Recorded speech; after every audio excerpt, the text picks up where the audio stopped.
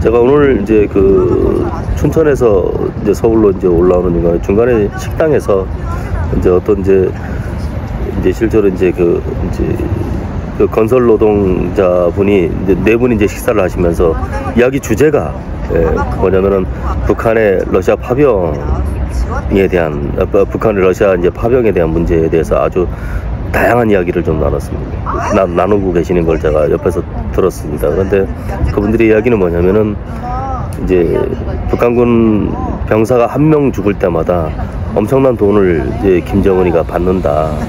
그러면은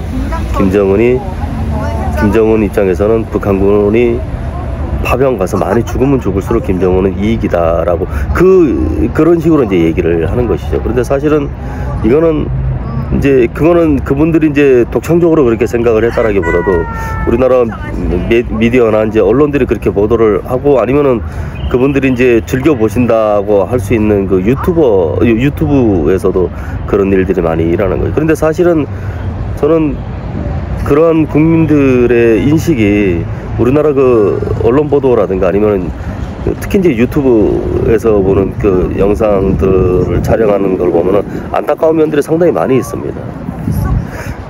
그런 일이 있을 수가 없는 거거든요, 사실은.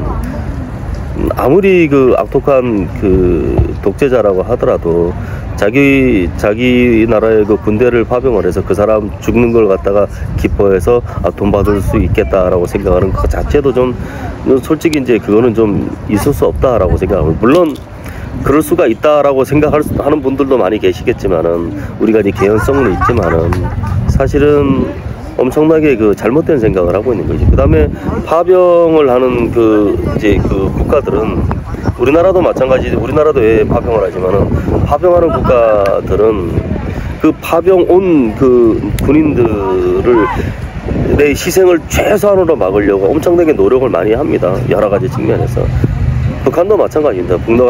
물론 북러 관계가 이제 상당히 반짝 이제 좋아졌다라고 이제 얘기들 하지만은 그것도 이제 어느 정도 기한이 있는 것이고 한계가 있는 것인데, 근데 그런 측면에서 만약에 북한군 병사가 이제 우크라이나하고 전쟁을 하다가 북한군 병사가 이제 뭐 전사를 하거나 그랬다 그러면은 북러 관계가 괜찮으냐?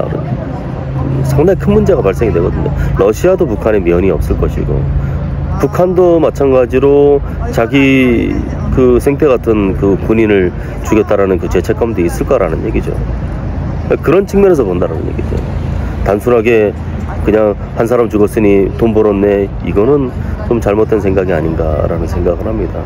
그런 측면에서는 좀 더 냉철하게, 좀 더 객관적으로 좀 이 사안을 좀 볼 필요가 있다라는 차원에서 제가 오늘 말씀을 드리는 겁니다.